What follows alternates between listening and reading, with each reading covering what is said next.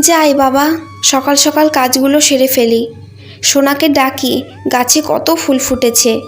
সোনা, একটু বাইরে আয়, ফুলগুলো তোল।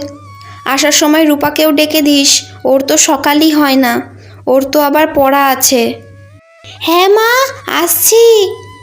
রূপা, তাড়াতাড়ি উঠে যা, তোর তো পড়া আছে। হ্যাঁ, উঠছি।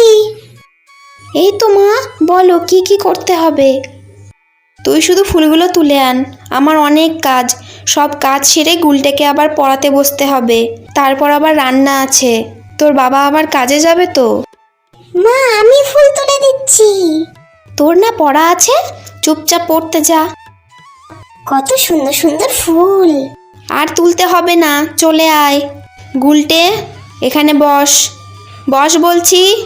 আমি কি এখন তোর পেছন পেছন ঘুরে বেড়াবো নাকি কাজ ফেলে? দেখি ধরতে পারো নাকি।